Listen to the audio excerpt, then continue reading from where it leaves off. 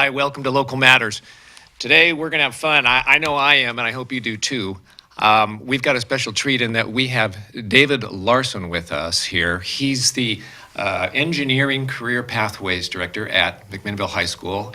And with him, joining him today, are Denny and Byron Nice, two students, and they are robotics experts that have come to share what they're building with us. Welcome. Thank you so much for being here. Thanks for having us.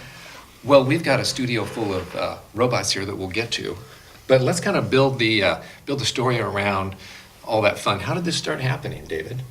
About 5 years ago, we, the school district in McMinnville here, got some grant money from the state of Oregon to start an after-school program with robotics.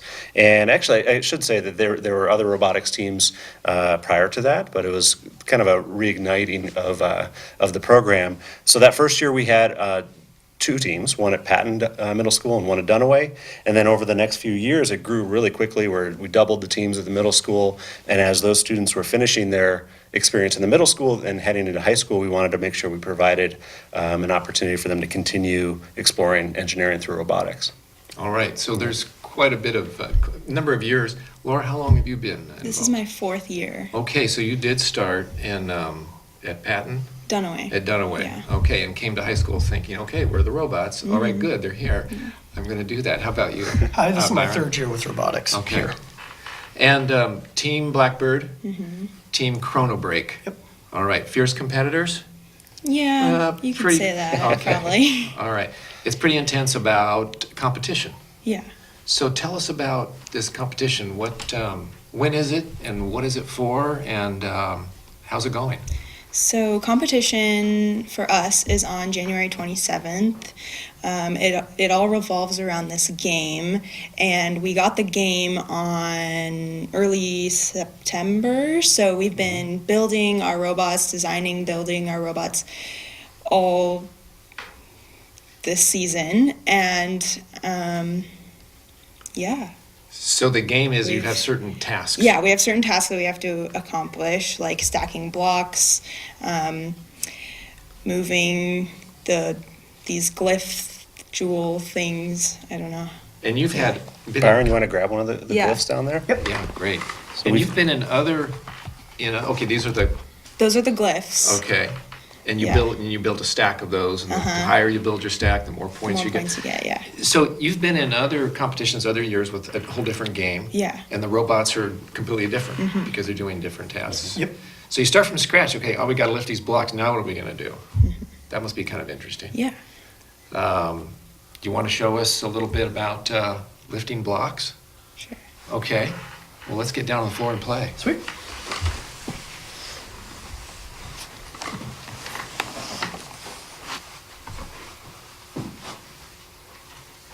So this year's, I should stay close to a microphone. This year's challenge is called Relic Recovery.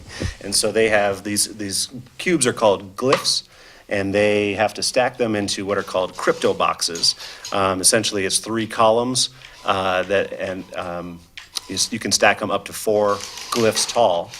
And then there's also what's called a relic, which is that yellow statue there where they're trying to lift that and place it outside of the walls of the course in one of 3 zones. The further they can extend it out into the zones, the more points they get. So, Laura, I see that your bot can actually move sideways with the wheel without turning the wheels. What's going on there? So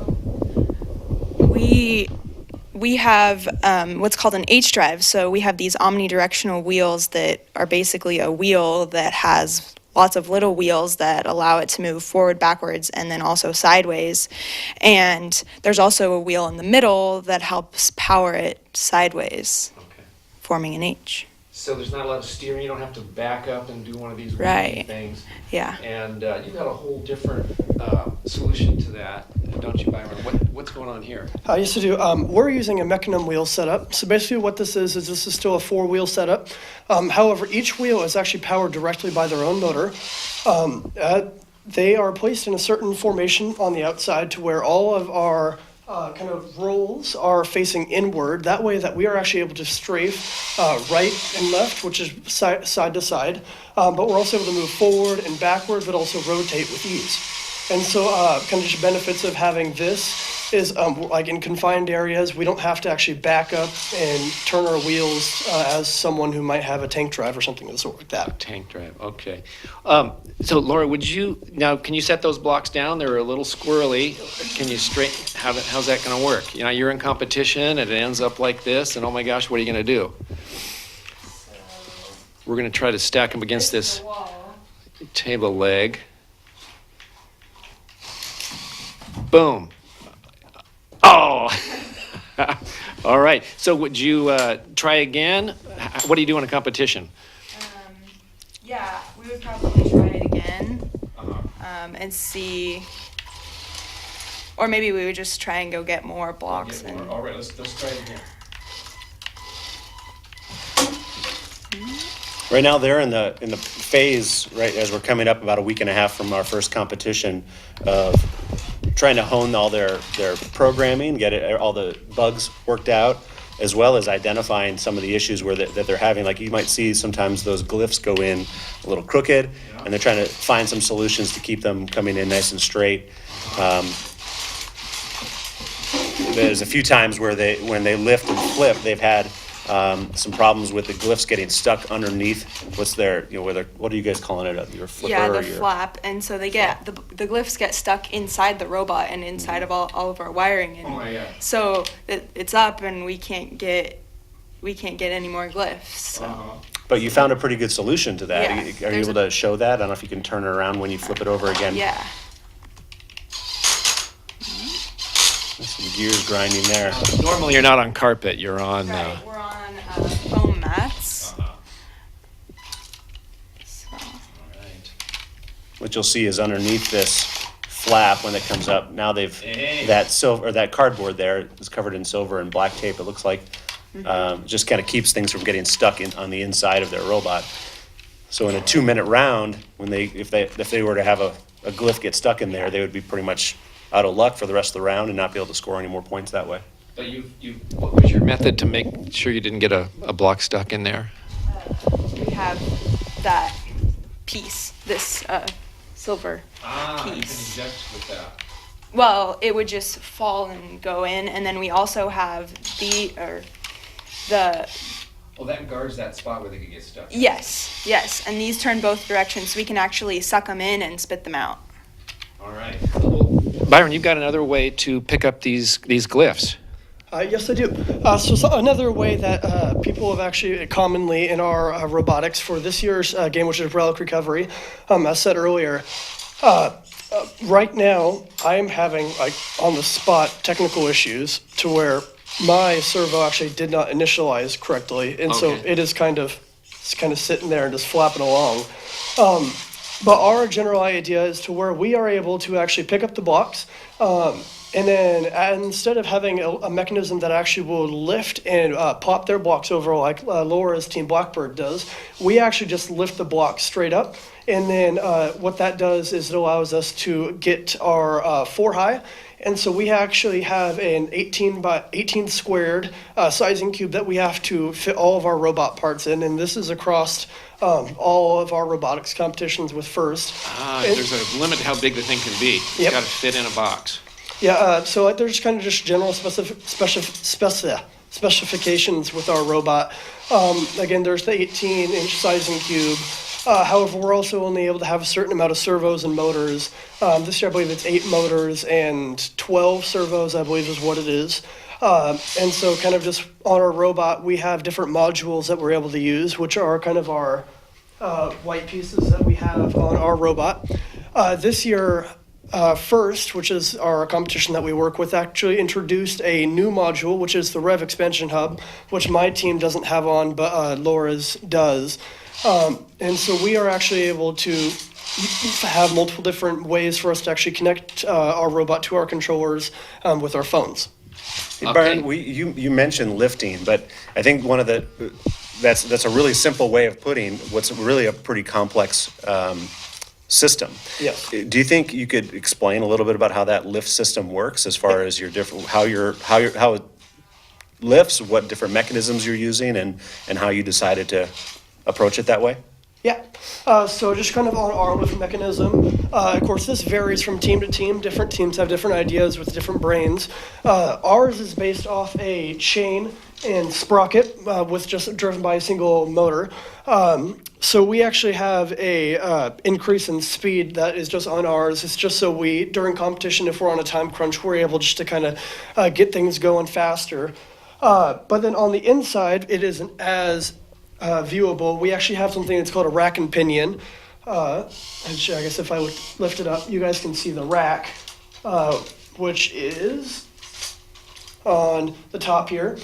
So this actually, what it does, it is attached to our arm, and it moves up and down actually it's a little gear that's inside. It's about a centimeter or so in diameter. And then it just rides on slides that we have inserted, and then so it just goes up and down by being driven with our mechanism for our chain and sprocket. Now, I'm curious. You've got a flap here, a grabber. What do you call this guy that grabs the side of the block? It's basically just our grabber. Your grabber. What it does. Okay, it's not working. Now you're in competition. Do you have time to try to solve that? These things happen, right? Yes, they do, and it's for a variety of different reasons. I know our goal is basically just to learn in our competitions and be able just to know and be able to problem solve, kind of on the spot, especially. I know robots, they evolve drastically throughout time, whether it's like our season or if it's over a span of 10 years or anything like that. If you were to look at our robot compared to what it was even a week ago, we were actually having some issues with our servo wires where they were actually getting caught on the edge of our piece over here, and they actually were being pulled out of the socket, making it so we actually couldn't do anything with it. But we were actually able to problem solve and use plates to be able to insert, and then we were able to solve problems like that. Now, when you get back to where you're going to go to work on what's wrong with this servo, what are you going to start with? Right now, we kind of just need to find some testing. We're actually having two interesting things going on. Things break, in life, just things break. And right now, we're having a problem with this servo over here, which is actually just on the inside. It might just be a gear that's stripped or that cracked on the inside. Okay. So we'll once we get back, I will actually get on my computer because I'm a programmer with our team, and then I will actually just ensure that that's actually broken. And if it is, then we will replace it. With this one, we're not quite sure what the problem is, so we'll actually have to run a couple different tests. We have different steps during our process of competition. And also, just even starting a robot has multiple different processes. We have our initializing stage, which is actually right before our competition. It actually sets everything that we input into it into a certain position. So for our goal, we want our servos to be able to initialize into right their closed position, which is just about where they need to go to actually grab our glyph. However, when I'm initializing it now, it actually wants to initialize all the way in, basically. Okay. And so we need a correct code and just to make sure that. It could be programming, it could be mechanical. Yep. Okay. Well, Laura, you are a programmer for your team, right? But would you talk a little bit about the division of labor and help us dive into how you as a programmer interface with the mechanics and with the game? Can you talk a little about that? So I always work really closely with my builders, the people who build on the team, because a lot of times they come up with these crazy ideas and I'm like, no, I can't program that. That's kind of crazy. Or sometimes there's got to be this conversation and communication about, what can I program and what can we build in this amount of time. And it's got to be efficient in the game, and it has to be something that we can successfully create.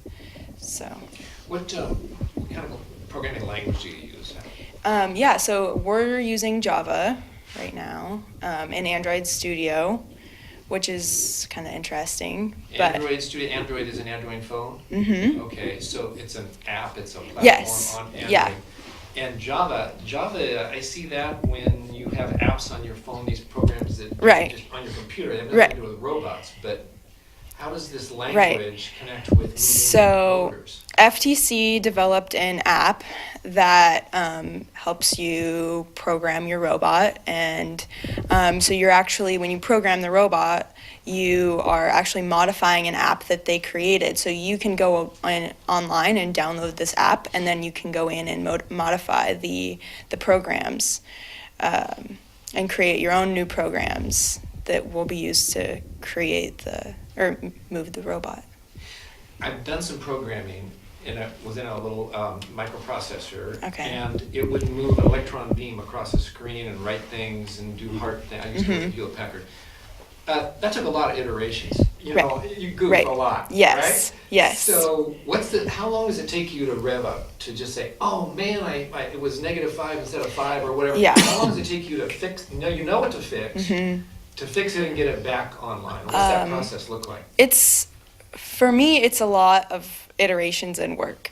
One of the challenges is you have to download it onto the phone and then test it on the robot, and that can take 5 minutes. Another challenge is that the builders need to have access to the robot to work on it. So getting that time to the builders to build and time to the programmers to program is kind of hard to coordinate, because if you have everyone at the meeting at the same time and everyone's trying to work on the robot at the same time, it doesn't always work out very well. So It's yeah. hard to have enough time to have a life and go to school Yes. and do robots. Yes. Because that And was swim a every job day for for me. 2 hours or more? Yeah. And so you don't really get a whole lot of time to just sit and program by Right. yourself without the designers. But also you need the designers, because you're programming, you go, wait a minute, this isn't working, come change this. Yeah. Then you have to wait while they change it. Yeah. And then you're back programming again, but you need them close by in case you have to Yes. change it. Yeah. We've developed some collaborative relationships with a couple different people in our area. One's D.W. Fritz up in Wilsonville that's offered some support for us, just kind of collaborative, giving us feedback. But another is Dan Ford. He teaches computer science at Linfield, and he's come in and worked with both Byron and Laura and one of our programmers.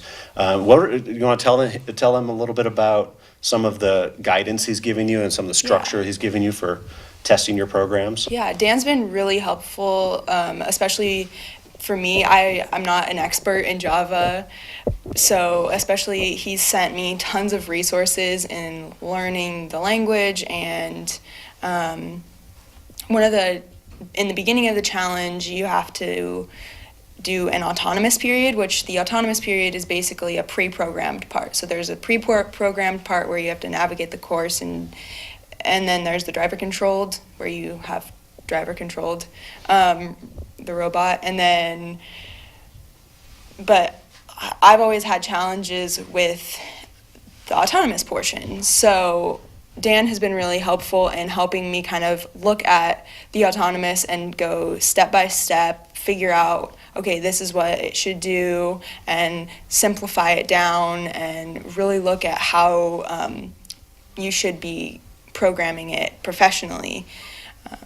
One of the things I heard him say to the group as he was working with them the other day was, every time you run a test, you should be trying to learn something. There's something that you're going to learn from every test. Maybe there's a few things you can learn, but every time you do a test, run it a few times, maybe 5 or 6 times, to see how consistent you're able to observe the same outcomes. And so taking that information and really encouraging them to slow down a little bit, understand what the program's doing, and then identify how they can make those modifications to make it closer to what they're wanting it to do. I just think it's really valuable to have that guidance. So. Byron, can you show us about picking up this relic? Yes. Give us what you got there. Yeah. So just let me get over here and turn my robot over.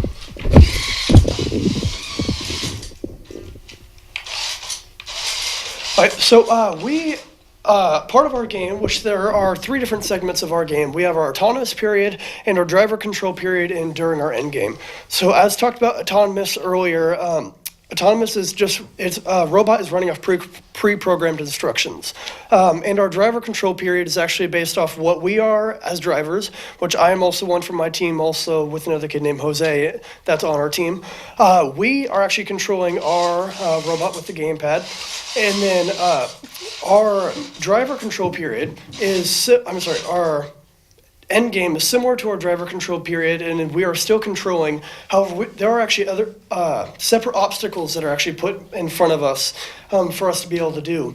And so one of them is using this little kind of crazy. We kind of drew on ours a little bit just because we're just weird like that. We kind of have fun. This guy that is universal. We have this with our set, and all the middle school teams have the same guy, and also even across in New York they have the same thing.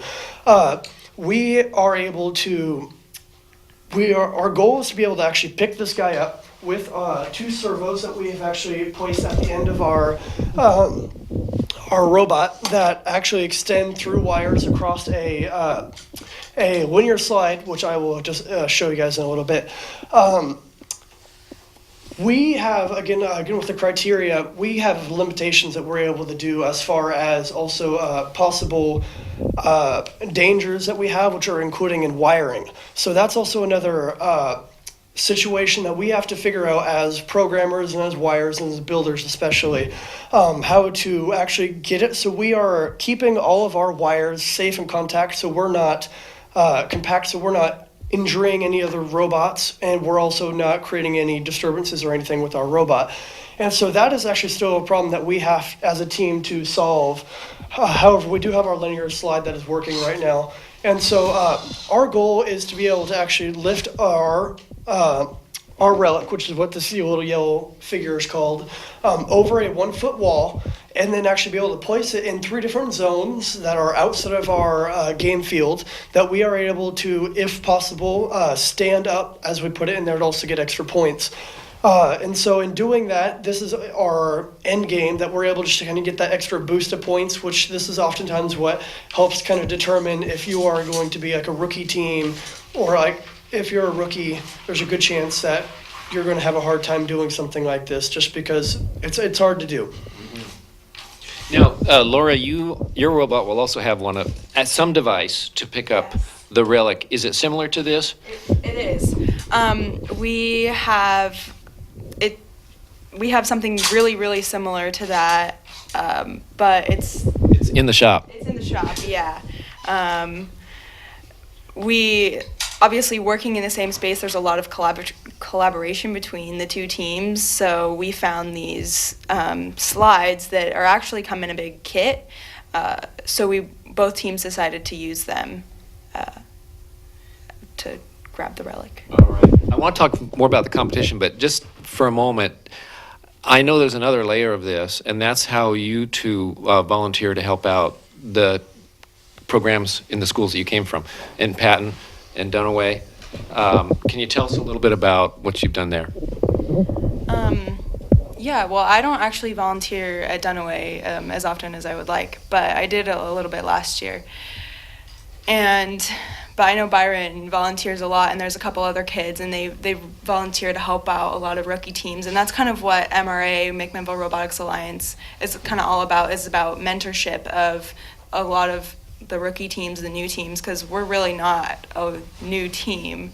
But we have scrimmages every month that kind of help to show competition, and we, I know Byron has spent a lot of hours showing kids programming and building ideas and actually implementing ideas. All right. Well, is there a season, or does this go all year? It goes from. This is a season. So our season starts actually in the beginning of September. It's about the first week, and it's usually released oftentimes on a Saturday, and then it goes until whenever our competition is. For us, our first competition is on the 27th of this month. However, if we were to make it as a team, whether we actually just do really good as far as our robot performance, or as well as if we were to get, first presents different awards, different teams who are able to accomplish different things. Something about robotics and just engineering in general is we need to be able to keep documentation of everything we are doing, which is something that as a team we actually keep an engineering notebook which keeps track of kind of just all the ideas and everything that we do. It has team bios, it has pictures of our robot and also just of our team, and it shows how we have progressed throughout the season and actually what we have done. And so going on in competition, you will have later dates as well. And so after you might reach your qualifying tournament, which is for us on the 27th at OSU, you will be going to super qualifiers, which the place and date has still yet to been announced or anything like that. But then after that, you have like your regionals and your state and then nationals. And if you win nationals, you actually get to go to worlds, which is where you actually get to go against multiple teams outside the country. Well, you both have been in this cycle a few times. You've got a game, you've designed a robot. How's it feeling for this year? What's your chances? How have the last competition go, and how's it looking? I think that this season has been going really well for us. We set some goals last year, at the end of last year, that for this season we wanted to build fast and fail sooner. That was something that we wanted to do. So we actually had a whole robot in November and decided it wasn't efficient enough and built this whole new robot by December. And so to have this basically second robot done is pretty impressive, something that we haven't done before. I would say we're definitely ahead of the game. We have another huge side is outreach for the team, and we have tons of outreach that we haven't done anything like to that scale before. Tell me what outreach means. Outreach is connecting with your community, doing things like this, where we're coming and talking to people, spreading the word about what we're doing. And so we do things like mentorship, or we talk to Betsy DeVos about our robotics program. We go to companies like DW Fritz, and they tell us about their company, and we tell them about our robots. And it's things like that that are getting us possible future internships, scholarships, to do. Great. Tell a little bit about some of we call them McMinnville Robotics Alliance scrimmages, but it's going beyond McMinnville. Would one of you tell about those things we've been doing this year? Yeah, I can do that. McMinnville Robotics Alliance is, just kind of clarify, is a group of robotics teams. Right now, we just have 6 FTC teams, which is our robots that we actually work with. 2 at Patton, 2 at Dunaway, and then 2 at the high school. And we work as one big collaboration to actually kind of just help improve our robots and improve each other, both just kind of in friendships and as teammates, but then also to make it so we can also go further on in competition, just to kind of help get ideas out. And so we have actually done scrimmages, which are basically just matches that we have put on. We've also reached out to people and teams in Yamhill and Dayton. We've also done Sheridan and Newburgh. And so we actually just try to get teams around just so they can test their robot to see what's wrong and to see what's going right even too. And so we have done 3 of these. We just actually had one a week ago today, which we had over 100 kids at, which is pretty incredible, which we're very excited to have. Well, we've just got another 30 seconds for each of you. I'd like to ask you how this has changed you. What path has this put you on a path? What opportunities has this given you? So I started this in the 7th grade, and I kind of didn't know what I liked and what I didn't like, and I kind of learned that I like STEM and robotics and programming. So I kind of continued pursuing that throughout middle school and now throughout high school. And I don't know if that's what I want to do with the rest of my life, but it's definitely a major interest. So, yeah. I also know for me, I've actually been team captain on multiple of my teams, and it's just taught me to be more just of a leader, but also a friend. Because just because you're a team captain, that doesn't mean that you got just to be bossing everyone around and everything like that. Being a team captain, I've learned to understand people more and their issues. Whether it's a team issue or if it's a personal issue, I have learned to understand that if they are being pushed past something that they can't do and it's harming them in some way, that we're able to have them back off, and just kind of, I've learned just to be more of a friend, basically. Wow. Well, we're out of time. We could do this another hour, but I'm just hearing leadership, compassion. I'm hearing intense engineering, programming, and mechanical, community outreach. This is an incredible program. David, I'm jealous. You just look like you're having the time of your life. I sure am. All yeah. right. And I just want to add, from the technical skills to the soft skills of collaboration that they're applying every day. This is the sort of activity that has the potential for any of them to go pro with this. They, Yeah, where I see that. it's an activity that they're able to learn from and then also take to another level in any way they want. Thanks for being here. Thank you. Great. Thank you so much. Thank you, Laura, Brian.